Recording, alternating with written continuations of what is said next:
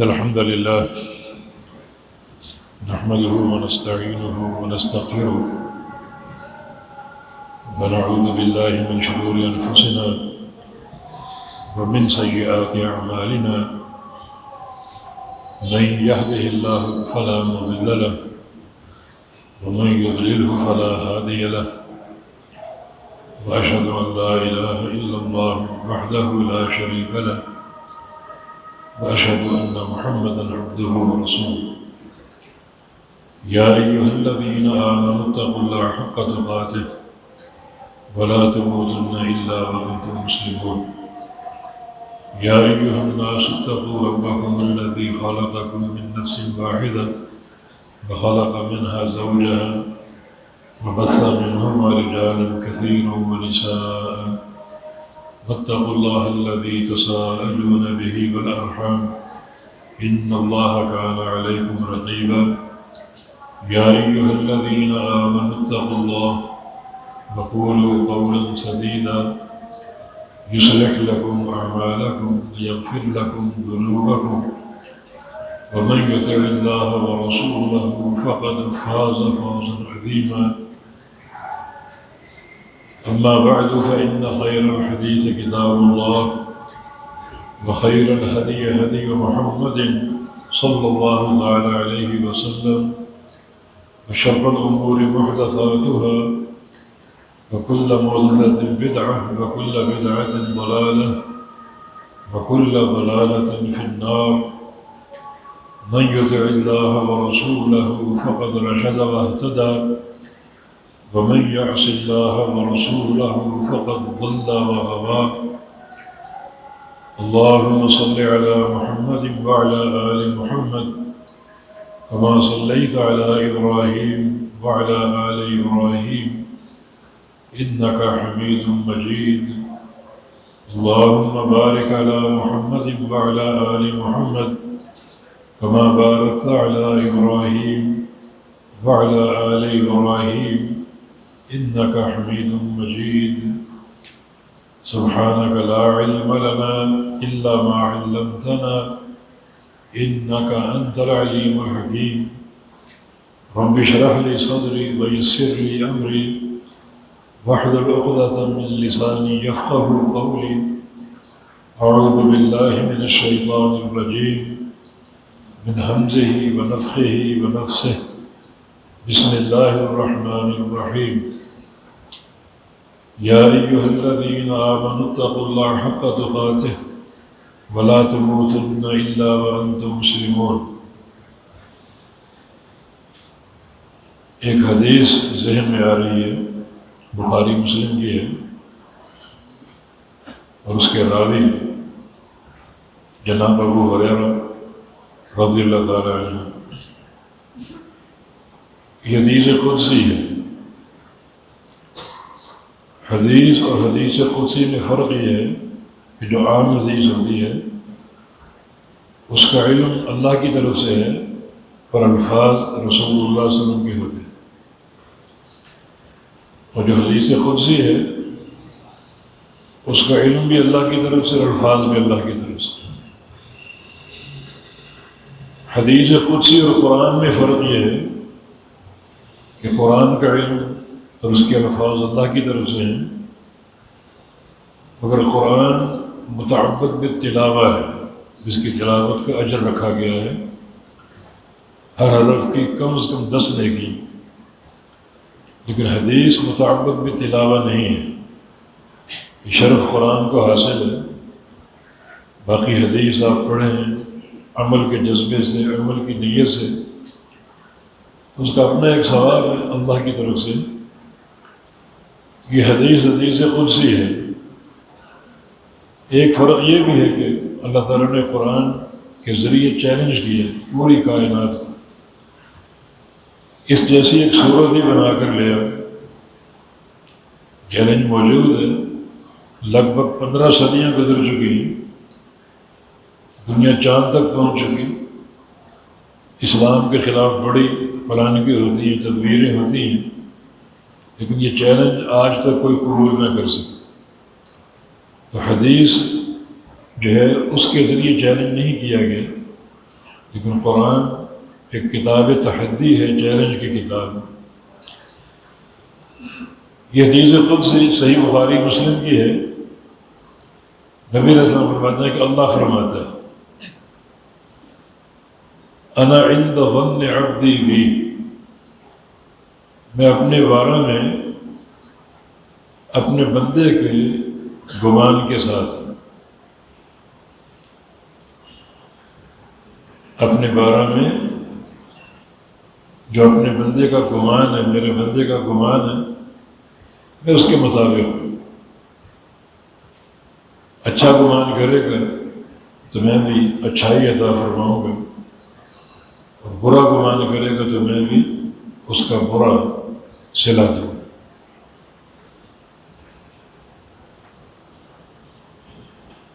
اس حدیث کا معنی یہ ہوا کہ اللہ تعالیٰ سے ہمیشہ اچھا گمان ہونا چاہیے،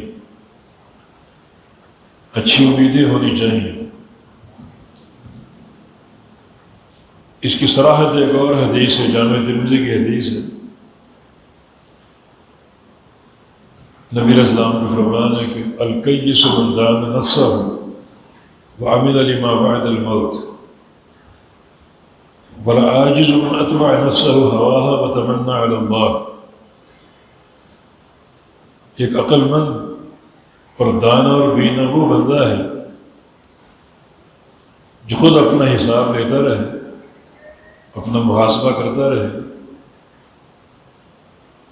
اور اس کے نتیجے میں ایسے اعمال شروع کر دے جو مرنے کے بعد کام آئیں۔ یہ انسان کی دانائی اور اس کے شرف کی علامت۔ والعاجز، اور بیچارہ، بے وقوف، عاجز، نکمہ،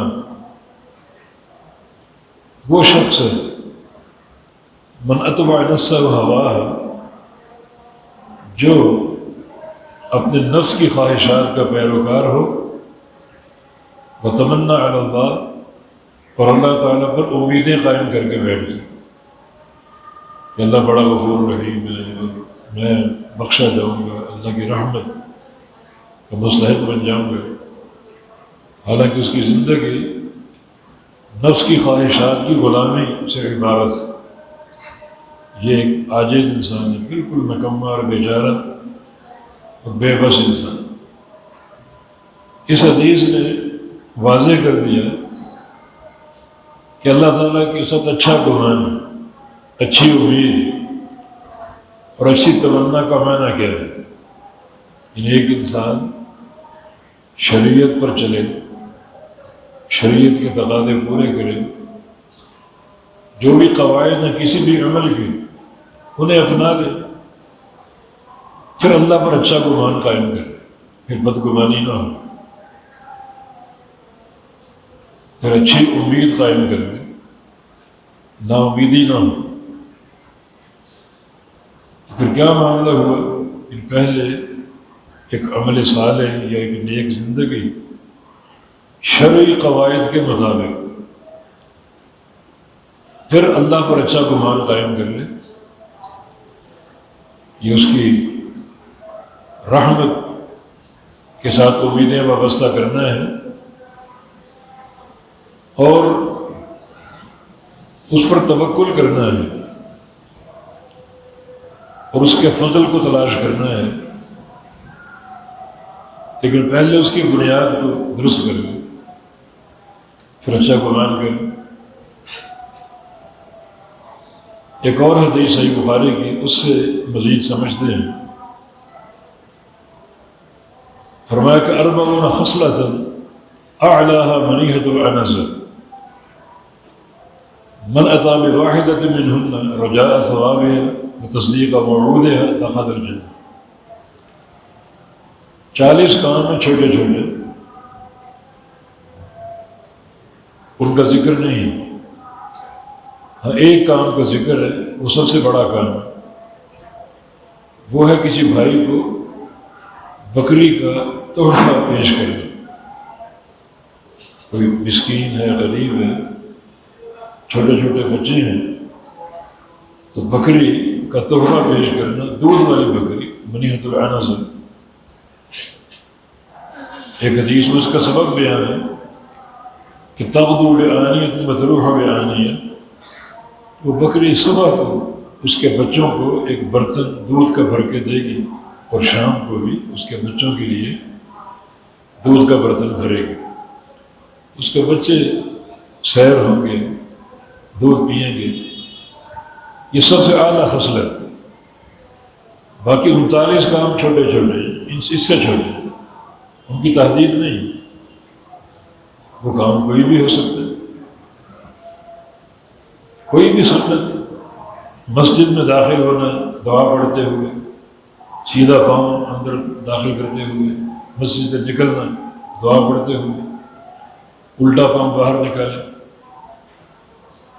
بیت الخلاء میں جائیں الٹا پاؤں داخل کریں، دعا پڑھتے ہوئے جائیں، بیت الخلاء سے نکلیں سیدھا پاؤں باہر نکالیں اور دعا پڑھیں۔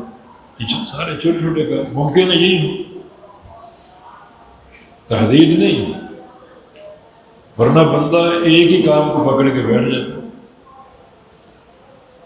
تو چھوٹے چھوٹے کام ہیں کہ سلام کرنا، سلام کا جواب دینا، چھینک مارنا، الحمدللہ کہنا، جواب یرحمک اللہ کہنا، جواب یہدیکم ویصلح بالکم کہنا، سارے چھوٹے چھوٹے امور۔ فرمایا کہ جو بندہ ان میں سے کوئی کام کر لے، لیکن 2 شرطیں ہیں، رجاء ثواب ہے، ایک اس کے ثواب کی امید، یہ اللہ پر اچھا گمان، جو ثواب مذکور ہے اس کی امید ہو پوری طرح، یعنی یقین کے ساتھ، وہ تصدیق موعود ہے، اور جو وعدہ اللہ کے نبی نے کیا ہے اپنی اس حدیث میں اس کو سچا جانا، یہ وعدہ حق ہے، سچ ہے، ثواب کا یقین بھی ہو، امید بھی ہو، اور وعدے کو سچا جانتا ہو۔ جو بندہ ان 40 خصائل میں سے ایک کام کرنے میں کامیاب ہو جائے، ان 2 شرائط کے ساتھ وہ جنت میں داخل ہو جائے۔ تو یہاں بھی عمل، اور عمل کے ساتھ حسن ظن، عمل کے ساتھ حسن ظن، اچھی امید اور حدیث کی تصدیق، نبی علیہ السلام کے فرمان کی تصدیق، اور جو ثواب مذکور ہے اس کا یقین۔ مثلا نبی علیہ السلام کی حدیث ہے، رکعت الفجر خیر من الدنیا وما فیہا، فجر کی 2 سنتیں پوری دنیا سے قیمتی، دنیا اور دنیا کے خزانے، دولتیں، ثروتیں ایک طرف ہوں، اور فجر کی 2 سنتیں ایک طرف ہوں۔ یہ 2 سنتیں قیمتی، دنیا بھر سے قیمتی۔ انسان سنتیں پڑھے صحیح نیت کے ساتھ، اخلاص کے ساتھ، اور اس امید، اس ثواب کی امید قائم کرے، یہ نہ سوچے کہ مجھے کہاں ثواب ملے، یہ تو اللہ تعالیٰ کے وعدے میں ایک قسم کا شک کرنا ہے، حدیث میں تشکیک کے جراثیم چھوڑنا، تو ثواب کا یقین ہو، اور جو وعدہ ہے اس کو سچا جانتا ہو۔ یہ 40 خصائل میں سے کوئی ایک کام کرنے میں کامیاب ہو جائے، وہ جنت میں داخل ہو جائے۔ یہ حدیث اسی معنی میں ہے کہ میں اپنے بندے کے گمان کے مطابق، جو گمان کرے گا میرے ساتھ میں اس کے مطابق۔ ایک حدیث میں ان خیر فخیر وان شر فشر، اچھا گمان کرے گا اچھائی دوں گا، برا گمان کرے گا برائی دوں گا۔ تو اس کا پہلا مرحلہ کیا ہوگا؟ پہلا مرحلہ یہ ہے کہ ہم جو بھی عمل انجام دیں وہ عمل شرعی قواعد کے مطابق کریں۔ امام قرطبی رحمہ اللہ بہت بڑے مفسر تھے، ان کی تفسیر معروف ہے، وہ فرماتے ہیں کہ ظن الدعاء الاستجابہ، اللہ کے ساتھ اچھا گمان، اگر دعا کر رہا ہے تو کیا گمان رکھے؟ قبولیت کو، یہ نہیں کہ اندر سے مایوس ہے میری دعا کہاں قبول ہو، نہیں، ظن الدعاء الاستجابہ، دعا کرے تو قبولیت کا یقین کرے۔ اب قبولیت کے 3 معنی ہیں، پہلا یہ کہ جو آپ مانگ رہے ہیں اللہ وہ عطا کر دے، یہ سب سے چھوٹا معنی ہے۔ دوسرا یہ کہ جو آپ مانگ رہے ہیں اللہ اس کو محفوظ کر لے اور اس کے بدلے مستقبل میں آپ کی تکلیفیں دور کر دے۔ آپ پر کیا تکلیفیں ٹوٹنے والی ہیں، آپ پر، آپ کے خاندان پر، اللہ وہ ساری دور کر دے اس آج کی دعا کی برکت سے۔ اور تیسرا معنی یہ کہ اللہ اس کو محفوظ کر لے اور اس کو آخرت کا ذخیرہ بنا لے، پھر وہ دعا قیامت کے دن نکلے گی اور آپ کے لیے بڑی کارآمد ثابت ہو، اللہ کی رضا کو حاصل کرنے کے لیے، گناہوں کی بخشش کے لیے۔ تو ظن الدعاء الاستجابہ، بندہ جب دعا کرے تو قبولیت کی پوری اور پختہ امید کے ساتھ کرے، اچھا گمان اللہ کے ساتھ۔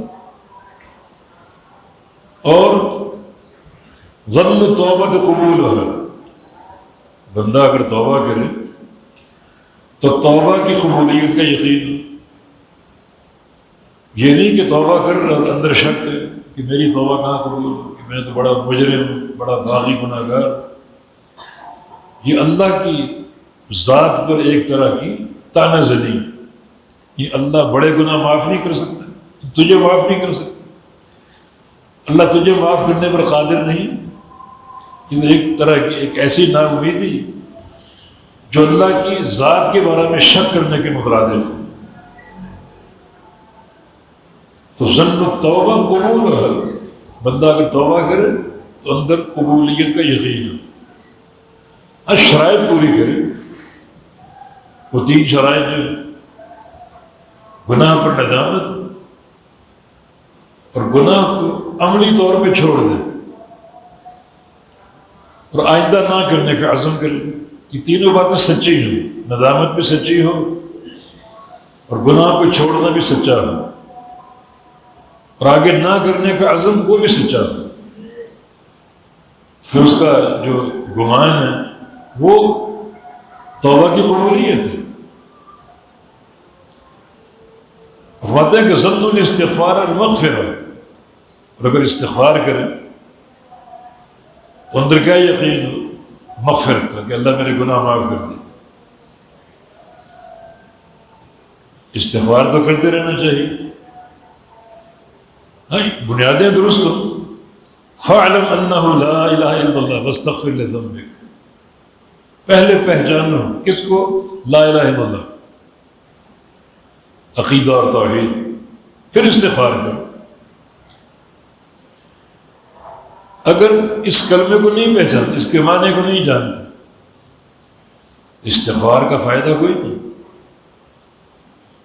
پہلے اس کلمے کو پہچانو، لا الہ الا اللہ کو، جو اس کا معنی ہے، جو اس کی تقاضے ہیں، شرائط ہیں، ان کو پہچانو اور دل و جان سے قبول کرو، پھر استغفار کرو۔ اللہ توحید کی برکت سے سب کچھ معاف کر دے۔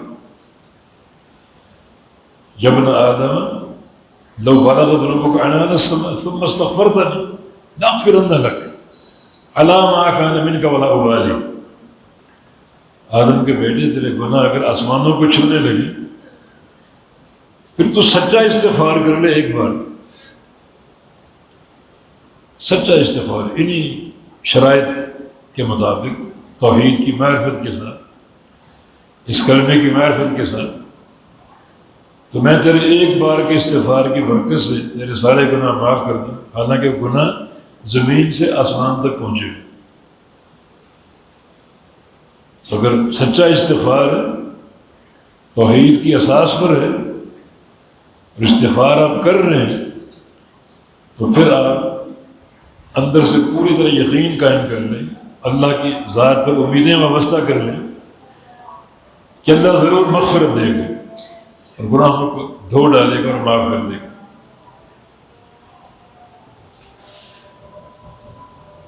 بظن العمل اجرہ، امام قرطبی کا یہ قول پیش کر رہا ہوں کہ جو بھی عمل کرو، عمل کرتے ہوئے یقین ہو کہ میرا عمل ضرور اجر کا مستحق ہو، اس عمل کے بدلے میں اجر کے خزانے ضرور ملیں گے، نا امیدی نہ ہو، بلکہ پورا یقین ہو، ایک امید واسق ہو، امید کامل ہو، عمل کا اجر ضرور ملے۔ ہاں عمل شرائط پر ہو، توحید تو شرط ہے ہی اساسی طور پر، لیکن ہر عمل کی قبولیت دو شرائط پر قائم۔ ایک اخلاص نیت ہے، عمل کرنے والا مخلص ہو اللہ کے لیے، ریاکاری نہ ہو، دکھاوا نہ ہو، نمود و نمائش نہ ہو، زندہ باد کے نعروں کی محبت نہ ہو، اور صرف اللہ کی رضا کے لیے ہو، یہ اخلاص۔ انما الاعمال بالنیات وانما لکل امرئ ما نویٰ۔ دوسری شرط ہے وہ عمل مطابق ہو نبی علیہ السلام کی سنت کی۔ یہ دو شرائط بدرجہ اتم موجود ہیں، ریاکاری نہ ہو بلکہ اخلاص ہو، اور بدعت نہ ہو بلکہ نبی علیہ السلام کی سنت ہے۔ اگر عمل کرو گے شرائط کے ساتھ تو پھر اس عمل کے بارے میں کیا یقین اور کیا امید ہے؟ اجر کی، جو اس کو اجر اللہ تعالیٰ فرمائے گا۔ حاجی حج پہ جا رہے ہیں، مسجد حرام کی ایک نماز 1,00,000 نماز کے برابر ادا کرے، اندر یقین ہو، شرائط پوری کر لے، یقین ہو یہ اجر ضرور ملے گا، اللہ کی ذات پر امید ہو، یہ امیدیں قائم رکھے۔ دن رات کی 5 نمازیں، جتنے دن قیام 20 دن ہو، مہینہ ہو، ضربیں دے لیں، اس اجر کو لے کر لوٹیں گے، امید وابستہ کر لیں۔ نبی علیہ السلام یہ ایک دعا، رحمتک ارجو، یا اللہ میں تیری رحمت کا امیدوار، ہمیشہ تیری رحمت کے سہارے پر قائم، فلا تکلنی الی نفسی طرفۃ عین، مجھے میرے سپرد نہ کر دے۔ یہ کون دعا کر رہا ہے؟ سید المرسلین، امام الانبیاء۔ میری ہستی کچھ نہیں، تیرے سامنے تیری رحمت کی امید ہے، اسی کا سہارا مطلوب ہے، مجھے میرے سپرد نہ کر دے، ایک پلک جھپکنے کے برابر بھی میرے سپرد نہ کر دینا، اپنی رحمت کے سہارے پر قائم رکھنا۔ یہ سہارا لگاتار رہے، مسلسل رہے، تو جو بھی عمل کرے اس عمل کا جو بھی اجر ہے، جو بھی ثواب اللہ کے نبی نے بیان کیا ہے، اس کی پوری طرح امید رکھیں۔ یہ پہلا جملہ حدیث قدسی کا، انا عند ظن عبدی بی، اللہ فرما رہے کہ میں اپنے بارے میں اپنے بندے کے گمان کے ساتھ، اپنے بندے کے گمان کے ساتھ۔ یہاں ایک اور چیز قابل غور ہے، عبدی اپنا بندہ، میرا بندہ۔ جب اللہ کسی کو اپنا بندہ کہہ دے تو یہ لفظ ہی اس کے بیڑا پار ہونے کی دلیل، یہ بندہ کامیاب، اللہ اس کو اپنا بندہ کہہ دے۔ تو مانا پہلے اللہ کا بندہ تو بن جاؤ۔ اللہ کا بندہ بننے کا معنی یہ ہے کہ وہی رب اور خالق اور مالک ہے، مشکل کشا، حاجت روا ہے، وہی داتا ہے، وہی دستگیر ہے، وہی غوث ہے، اسی کو پکارا جائے تب اللہ کا بندہ بنے گا۔ اور اگر آپ کے قدم قدم پر داتے ہوں اور غوث ہوں، مشکل کشا، حاجت روا ہوں، لاکھوں درگاہیں جن کو پکارتے ہو، اس حدیث پر توجہ دینے کی کوئی ضرورت نہیں، آپ کا ہر گمان باطل، اساس ہی موجود ہے۔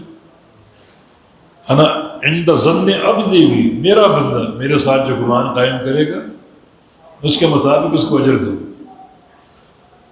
تو جو بھی ایک اعمال کا اجر ہے، عمل کی نیکی ہے جو اللہ کے نبی نے بیان فرمائی، اللہ کے نبی کو سچا جانے، پوری طرح تصدیق کرے، اور اس اجر کا یقین کر کے اس عمل کو بجا لائے، پھر مایوس نہ ہو۔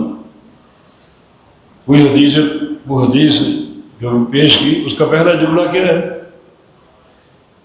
یابن آدم انک ما دعوتنی ورجوتنی لاغفرن لک علی ما کان منک ولا ابالی۔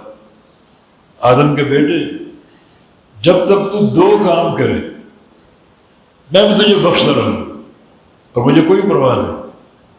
یہ مت سمجھنا کہ کوئی گناہ مجھ سے بڑا، اس کو بخشنے کی طاقت نہیں میرے اندر، یہ مت سمجھنا۔ ایک صحابی نے اسلام قبول کر کے پوچھا، یا رسول اللہ، اللہ مجھے بھی معاف کر دے گا؟ تجھے بھی معاف کر دے گا۔ الاسلام یہدم ما کان قبلہ، اسلام قبول کرنے سے سابقہ زندگی کے سارے گناہ معاف ہو جاتے ہیں۔ یا اللہ مجھے، یا رسول اللہ مجھے بھی معاف کر دے گا، تم نے کیا گناہ کیا؟ اس نے اپنی بچی کا قصہ بیان کیا کہ میں نے اس کو زندہ درگور کیا تھا۔ اس دور میں پیدا ہوئی جس دور میں بیٹیاں گھر میں رکھنا باعث عار تھا۔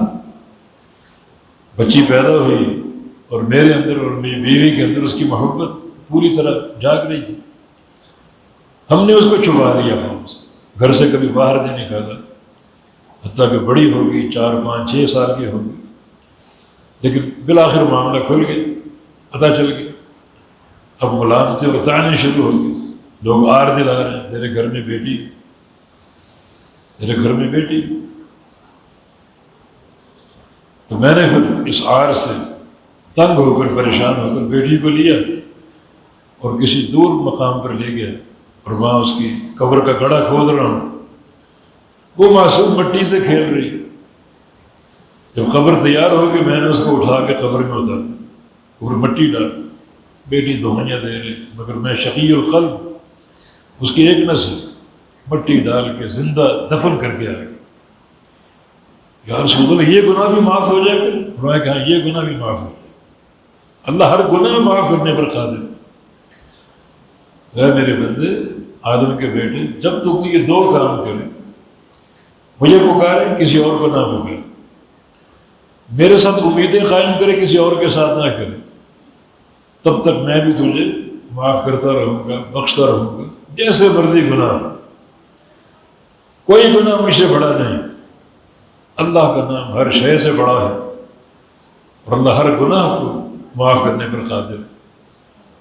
اچھی امیدیں وابستہ رکھو۔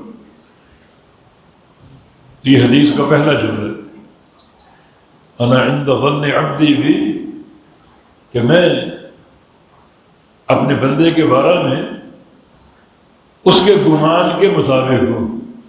میرا بندہ میرے سے اچھا گمان کر لے، میں اس کو پورا کروں گا، اس گمان میں اس کو رسوا نہیں ہونے دوں گا، اس کی لاج رکھوں گا۔ دوسرا جملہ، یہ ہمارا امتحان، کہ ہم گمان رکھتے ہیں نہیں رکھتے۔ وَأَنَا مَعَهُ إِذَا ذَكَرَنِي، جب میرا بندہ میرا ذکر کرے تو میں بندے کے ساتھ ہوتا ہوں۔ ذکر سب کرتے ہیں ماشاءاللہ، نماز سے قبل، نماز کے بعد، نماز خود ایک ذکر۔ اللہ کا ساتھ ہونے کا تصور ہے کہ اللہ میرے ساتھ ہے، اس کا ذکر کر رہا ہوں۔ جب بندہ میرا ذکر کرے، بندے کے ساتھ ہوتا ہوں میں۔ ذکر تو ہوتا ہے روزانہ، بار بار ہوتا ہے، میں بندے کے ساتھ ہوں۔ ساتھ ہونے کا معنی کیا ہے؟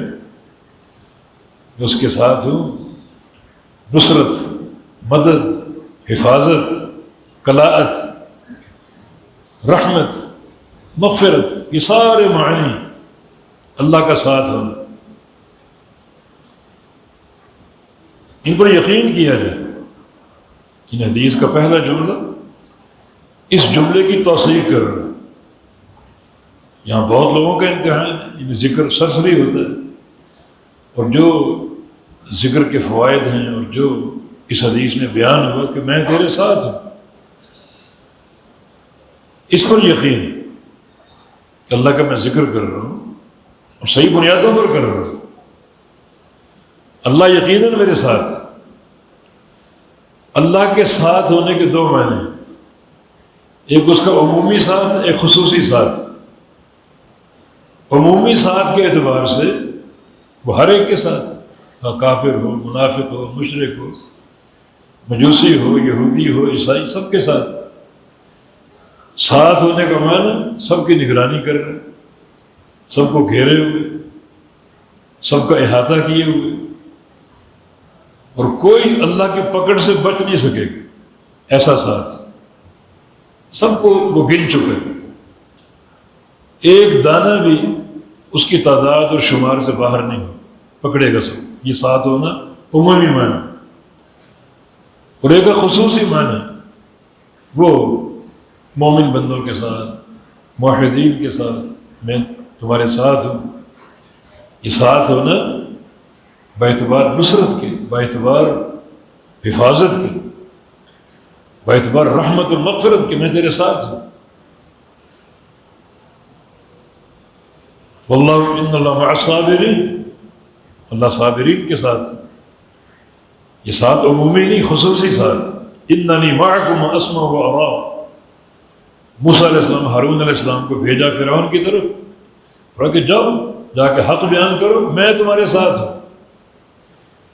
فرعون کے ساتھ نہیں، یہ خاص معنی ہوگا کہ فرعون کے ساتھ نہیں، فرعون کے ساتھ ہوں مگر عمومی معنی میں، اس کو چھوڑوں گا نہیں۔ فرعون کو گن چکا ہوں، پکڑوں گا اس کو، ہمارے احاطے میں ہے، لیکن تمہارے ساتھ ہوں معنی حفاظت کے اعتبار سے، نصرت کے اعتبار سے، تائید کے اعتبار سے۔ نبی علیہ السلام غار میں تھے، ابوبکر صدیق ساتھ تھے، ابو جہل ننگی تلوار لیے زہر آلود غار کے دھانے پر پہنچ گئے۔ ابوبکر صدیق کا بیان ہے رضی اللہ عنہ کہ جہاں اس کے پاؤں تھے، اگر وہاں اپنا سر جھکا کر دیکھتا تو ہم اس کو نظر آ جاتے، اس کے پاؤں ہمیں نظر آ رہے تھے، جھک کے وہاں سے دیکھتا ہم اس کو نظر آ جاتے۔ مجھے بڑا خوف محسوس ہوا، اپنا نہیں، اس قیمتی شخصیت کا جو میرے ساتھ تھا، محمد رسول اللہ صلی اللہ علیہ وسلم۔ میں ڈر رہا ہوں، خوف۔ ابوبکر لا تحزن ان اللہ معنا، ڈرو نہیں، اللہ ہمارے ساتھ، ہمارے ساتھ۔ 1.5-2 فٹ کا فاصلہ ہوگا ابو جہل میں اور نبی علیہ السلام، ابوبکر صدیق، 1.5-2 فٹ کا فاصلہ ہوگا، کچھ زیادہ بھی ہو سکتا۔ اللہ ہمارے ساتھ، ابو جہل کے ساتھ نہیں۔ یہ خصوصی ساتھ ہے جس میں نصرت ہے، تائید ہے، حفاظت ہے۔ ویسے اللہ سب کے ساتھ ہے، ان اللہ معکم حیثما کنتم، جہاں بھی ہو اللہ تمہارے ساتھ۔ کوئی بندہ اللہ کی نگرانی سے باہر نہیں، اس کے احاطے سے باہر نہیں، یہ خصوصی ساتھ ہے۔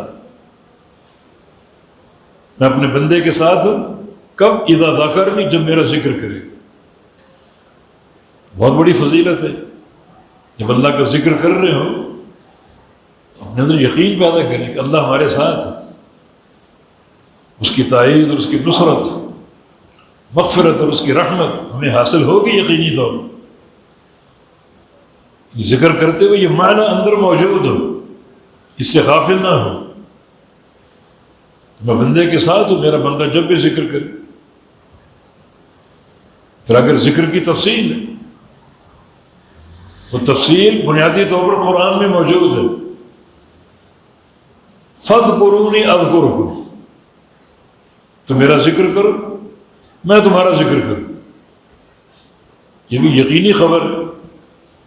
مانا جب آپ اللہ کا ذکر کر رہے ہوں، نا امیدی نہ ہو، یقین سے کہ اللہ میرا ذکر کر رہا ہے، عرش معلیٰ۔ حدیث میں آتا ہے بندہ جو ذکر کرتا ہے، اس کے ذکر کی بنبناہٹ عرش پر گونجتی ہے۔ فرشتے کہتے ہیں یہ فلاں بندے کا ذکر۔ کوئی بندہ اپنے آپ کو چھوٹا نہ سمجھے کہ میں اس قابل کا ہوں، یہ نا امیدی غلط ہے۔ اس کے ذکر کی بنبناہٹ جیسے مکھیاں 10 12 20 25 جمع ہوں اور گھوم رہی ہوں تو بنبناہٹ سنائی دیتی، اس طرح بندے کا ذکر اوپر گونجتا، فرشتے گواہی دیتے یہ ذکر فلاں بندے کا۔ اپنے آپ کو اس سے قاصر نہ سمجھو۔ جب ذکر کر رہے ہیں بنیادیں صحیح ہوں، وہی عقیدے کی، توحید کی صحت، اور ذکر میں کوئی بدعت نہ ہو۔ آج شیطان نے ذکر جتنا افضل ایک امر ہے، اتنا شیطان نے وار کر کر کے لوگوں کو ذکر کے حقیقت سے دور کر دیا۔ ذکر میں ڈرامے، تکلفات، بتیاں بجھاؤ، اجتماعی ذکر کرو، تسبیح کے دانے پھیرتے جاؤ، تسبیح پر پڑھتے جاؤ۔ سب بدعت ہے. یہ حلقے اور یہ اجتماعی ذکر اور تصویروں پر ذکر سب بدعت ہے. شیطان ایک انتہائی عمدہ شے کو ان بدعات اور خرافات سے ملا کر بندے کو ناکام کر دیتا. ہاں بندہ اگر سنت کے مطابق کر وہ شمائم امدادیہ میں یہ بھی ڈرامہ ہے کہ لا الہ الا اللہ کا ذکر کرو، آواز ناف سے نکالو، ناف سے لا الہ پڑھتے ہو، ناف سے آواز کو اوپر لے جاؤ اور اس کو ناک میں روک لو، اس کو ناک میں روک لو. یا آپ کی تھراپی ہو رہی اور جب الا اللہ کہو تو سینے پر ضرب لگو، سینے پر ضرب لگو. یہ ذکروں کی اقسام، کوئی سہروردی طریقہ، نقش بندی طریقہ، چشتی اور قادری طریقہ، عربی علاقوں میں رفاعی، شاذلی اور حسینی طریقہ، یہ دین ہے. اللہ فرما رہا ہے دین میں پورے داخل ہو جاؤ، ادخلوا فی السلم کافہ. اگر یہ دین ہے تو صحابہ بھی پورے داخل نہیں ہوئے. یہ ساری خرافات صحابہ کے دور میں نہیں تھی. ان کو خرافات مانو اگر صحابہ کے مقام کو جانتے، اور اگر نہیں یہ دین ہی ہے، اسرار ہے، تو پھر صحابہ اس آیت پر عمل نہیں کر سکتے. ادخلوا فی السلم کافہ، اسلام میں پورے داخل ہو جاؤ، پورے داخل نہیں. صحابہ نہیں جانتے تھے شب برات کیا ہوتی، صحابہ نہیں جانتے تھے معراج کی رات کی عبادتیں کیا ہیں، صحابہ نہیں جانتے تھے ربیع الاول کے جلوس اور اس کی حقیقتیں کیا ہیں، صحابہ نہیں جانتے تھے محرم اور اس کے جلوس اور اس میں بدعات. اگر یہ سارا دین ہے تو صحابہ پورے دین میں داخل نہیں ہوئے تھے. تم داخل ہو گئے، نعوذ باللہ. اللہ کے نبی بھی نہیں تھے، آپ نے بھی یہ کام نہیں کیا. تو فضیلت بہت بڑی ہے. فاذکرونی اذکرکم، تم میرا ذکر کرو میں تمہارا ذکر کروں. ان ذکرنی فی نفسہ ذکرتہ فی نفسی وَإِن ذَكَرَنِ فِي مَلَئٍ ذَكَرْتُ فِي مَلَئٍ هُمْ خَيْرٌ مِّنْهُمْ. میرے بندے تو میرا ذکر کرے اکیلے تنہا اپنے نفس میں، بالکل پوشیدہ اور سری. میں تیرا ذکر کروں گا تنہا بالکل. تو مجھے اپنے نفس میں یاد کر، میں تجھے اپنے نفس میں یاد کروں. اللہ کے لیے صفت نفس ثابت ہے. قرآن میں بھی یحذرکم اللہ نفسہ، تمہیں اللہ ڈراتا ہے اپنے نفس سے. مانا اللہ کی ذات، انسان کا بھی نفس ہے، اللہ کا بھی. انسان کا نفس کیسا جیسا اس کے لائق ہے، اللہ کا کیسا جائے اس کے لائق. نفس کے لفظ میں اشتراک ہے، مخلوق کے لیے بھی خالق کے لیے بھی. لیکن نفس المخلوق کما یلیق بذاتہ، جیسے مخلوق کے لائق. نفس الرحمن کما تلیق بذاتہ، رحمان کا نفس کیسا جیسا اس کے لائق. فضیلت پر غور کرو. تو تنہائی میں یاد کرے گا، میں تجھے تنہائی میں یاد کروں. جس کو بولتے ہیں الجزاء من جنس العمل، جیسا عمل ہے ویسے جزا دوں، ویسے جزا دوں. روزے رکھے ہیں، بالکل سری مخفی عمل ہے، میں نے روزے کی جزا کو بھی چھپا لی. رات کا قیام کرتا ہے اندھیرے میں اپنے کمرے کی تنہائی میں، اس کا میں نے ثواب چھپا رکھا ہے. کوئی نہیں جانتا کہ میں نے تمہاری آنکھیں کیسی ٹھنڈی کرنی. تو جزاء من جنس العمل ہے. وَإِن ذَكَرَنِي فِي مَلَئٍ ذَكَرْتُ فِي مَلَئٍ خَيْرٌ مِّنْهُمْ وَهُمْ خَيْرٌ مِّنْهُمْ. اور اگر بندہ لوگوں میں بیٹھ کے، جماعت میں بیٹھ کے مجھے یاد کرے گا تو میں الملأ الاعلیٰ، جو فرشتوں کی سب سے بڑی جماعت ہے، ان کے ساتھ تجھے یاد کروں. لوگوں کے ساتھ جماعت میں یاد کرنے کا معنی کیا ہے؟ یہ حلقے قائم کرنا اور یہ اجتماعی ذکر اور یہ نہیں. اذان ہوئی، مسجد میں آپ آ گئے، سنتیں پڑھ کے آپ بیٹھے ہوئے ہیں اور جماعت بیٹھی ہوئی ہے، اپنا اپنا ذکر کر رہے ہیں سب. یہ ہے جماعت میں ذکر کرنا. نماز پڑھی با جماعت، یہ بھی اجتماعی ذکر. امام نے سلام پھیرا، اب آپ اذکار کر رہے ہیں، 33 بار سبحان اللہ، الحمدللہ، اللہ اکبر، آیت الکرسی پڑھتے ہیں، معوذتین پڑھتے ہیں، اپنا اپنا پڑھ. یہ اجتماعی ذکر ہے. یہ ذکر کرنا جماعت کے اندر، حلقوں کو قائم کرنے کا تکلف کرنا، کینکریوں کے ڈھیر لگانا، گٹھلیوں کے ڈھیر لگانا، اجتماعی ذکر کرنا کسی امیر کے تحت، کوئی چیز ثابت نہیں۔ سنن دارمی کی حدیث، عبداللہ مسعود کا قصہ آپ سنتے رہتے، جب انہوں نے دیکھا یہ قوم کو اجتماعی ذکر کر لی، ایک ان کا امیر ہے، 100 دفعہ سبحان اللہ، 100 دفعہ الحمدللہ، 100 دفعہ لا الہ الا اللہ، 100 دفعہ اللہ اکبر، اور لوگ کہتے وَلَقَدْ جِئْتُمْ بِدْعَةٍ ظُلْمًا، جناب ابن مسعود نے فرمایا کہ تم نے میرے نبی کے دین کو ظلم کرتے ہوئے ایک بدعت کو جاری کیا۔ اے قوم شرم کرو، اللہ کے نبی کے جوتے موجود ہیں، کپڑے موجود ہیں، برتن موجود ہیں، ما اسرع ہلاکتکم، اتنی جلدی تم برباد ہو گئے، آپ کی نشانیاں موجود ہیں اور تم اتنی جلدی برباد ہو گئے۔ اس کو بدعت کہا، گمراہی کہا، لمبی تقریر ان کی موجود ہے۔ تو ذکر اتنا افضل عمل ہے، اللہ یاد کر رہے، لیکن اسی عمل کو شیطان نے پوری طرح خراب کرنے کی کوشش کی، بدعات کو اس میں داخل کر، لَأُزَيِّنَنَّ لَهُ، شیطان نے کہا تھا راستہ تیرا ہوگا، اپنی سجاوٹ کے ساتھ پیش کرو، یہ سبحان اللہ، الحمدللہ، اللہ اکبر، اللہ کا راستہ، یہ اللہ کی تعلیم ہے، سجاوٹ میری ہوگی، یہ حلقے بتیاں بجھاؤ، اجتماعی ذکر کرو، اور جناب ضربے لگا لگا کر ذکر کرو، یہ شیطان کی سجاوٹ ہے، پھر ذکر وہ قابل قبول نہیں۔ نبوی جو طریقہ ہے جو صحابہ کرتے تھے اور ہم تک پہنچا، اس طریقے سے ذکر کرو، میں تمہارا ذکر کروں گا، تنہائی میں کرو گے میں تنہائی میں کروں گا، لوگوں کے بیچ بیٹھ کے کرو گے تو میں ملائکہ کی جماعت میں کروں گا، تمہیں یاد کروں گا۔ کتنی بڑی فضیلت ہے۔ جو پہلا جملہ ہے میں اپنے بندے کے گمان کے ساتھ ہوں، اس کا تقاضا یہ کہ ان ساری خبروں کو مانتے جاؤ۔ یہ ذکر کے فضائل، اللہ کا ساتھ ہونا، اللہ کا ذکر کرنا، تنہائی میں کر لوں پورا یقین ہو اللہ عرش پر میرا ذکر کر رہے، جماعت میں کر رہے پورا یقین ہو اللہ فرشتوں کی جماعت میں میرا ذکر کر رہے۔ آگے کچھ اور خبریں بھی ہیں، ان تقرب منی شبرا تقربت الیہ ذراعا، میرا بندہ اگر میرے ایک بالشت قریب آتا، صرف ایک بالشت، میں پورا ہاتھ اس کے قریب جاؤں، پورا ہاتھ، یعنی بندے کا جو عمل ہے اس سے بڑھ چڑھ کر کئی گنا زیادہ عطا کروں۔ بندے کا قریب آنا ذکر کے ساتھ ہے۔ ایک اور حدیث جس میں نبی علیہ السلام کا فرمان ہے، ما تقرب الی عبدی بافضل مما افترضت علیہ،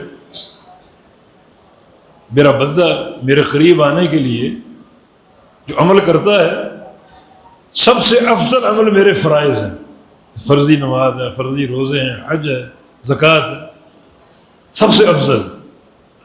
ولا یزال عبدی یتقرب الی بالنوافل حتی احبہ، تو میرا بندہ میرے قریب آنے کے لیے نفل ادا کرتا ہے، نفلی روزے رکھتا ہے، نفلی نمازیں پڑھتا ہے، نفلی صدقات دیتا ہے، نفلی حج کرتا ہے، عمرے کرتا ہے، ہمیشہ کرتا رہتا ہے، حتیٰ کہ میں بندے کو اپنا محبوب بنا لیتا ہوں۔ سب قرب کی راہیں ہیں، یہ تقرب کے راستے ہیں سارے۔ میرا بندہ میرے قریب آتا ہے ایک بالشت ان اعمال کے ذریعے، نمازیں، روزے، عمرے، فرائض، نوافل، میرے قریب آتا ہے۔ ایک بالشت آئے گا میں پورا ایک ہاتھ آگے ہوں۔ ومن تقرب منی ذراعا تقربت الیہ باعا، اور اگر میرا بندہ ایک ہاتھ آئے گا میں 2 ہاتھ آؤں گی، اتنا ہوں گی۔ کیا اس کی رحمت اور کیا اس کے کرم کی وسعت ہے، ان پر یقین کرو۔ بنیاد آ چکی، انا عند ظن عبدی بھی، میں اپنے بندے کے گمان کے مطابق ہوں۔ اور اگر ذکر کر رہے ہو، عبادات کر رہے ہو، رستہ صحیح ہو، تعین ٹھیک ہو، اخلاص موجود ہو، سنت کی اتباع موجود ہو، تو پھر یہ اس کا صلہ ہے، اس پر یقین ہو۔ میرا بندہ میری طرف آتا ہے، میرے قریب آتا ہے، ایک ہاتھ، میں 2 ہاتھ جاؤں گا اس کے پاس۔ دو ہاتھ ہمارے سر ایمان، بندہ بھی قریب آتا، اللہ بھی قریب آتا، یہ بھی صفت کا اشتراک ہے۔ قریب آپ بھی جاتے ہیں، قریب اللہ بھی آتے ہیں۔ آپ کا قریب آنا کیسا؟ جیسا آپ کے لائق ہے۔ اللہ کا قریب آنا کیسا؟ جیسا اللہ کے لائق ہے۔ اللہ نے قریب آنے کی خبر دی ہے، لیکن قریب کیسے آتا وہ خبر نہیں دی۔ جو بتا دیا اس پر ایمان ہے، جو نہیں بتایا وہ اللہ کس کو، نہ وہاں کسی تعویل کی حاجت ہے، نہ کسی تعطیل کی، نہ کسی تشبیہ کی۔ ان سارے عوارض کے بغیر اللہ کی صفات پر ایمان لاؤ۔ اور آخری جملہ ایک اور اللہ کی صفت، من اتی الی یمشی اتیتو ہرولۃ، میرا بندہ اگر میرے پاس چل کر آتا ہے میں اس کی طرف دوڑ کے جاتا ہوں، ہرولہ اللہ کی صفت ہے۔ بندے کا چلنا معلوم ہے، اس کی کیفیت معلوم ہے، اللہ کا ہرولہ دوڑ کے آنا ثابت ہے، کیفیت معلوم نہیں۔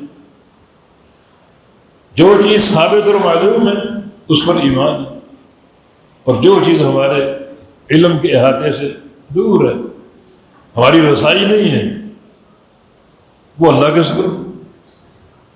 آفت وہ لوگ بنتے ہیں جو اللہ کی صفات میں من مانی کی تعویلیں کرتے ہیں، اللہ پر قول بلا علم، تعویلوں کی آڑ میں اسماء و صفات کا انکار کرتے ہیں۔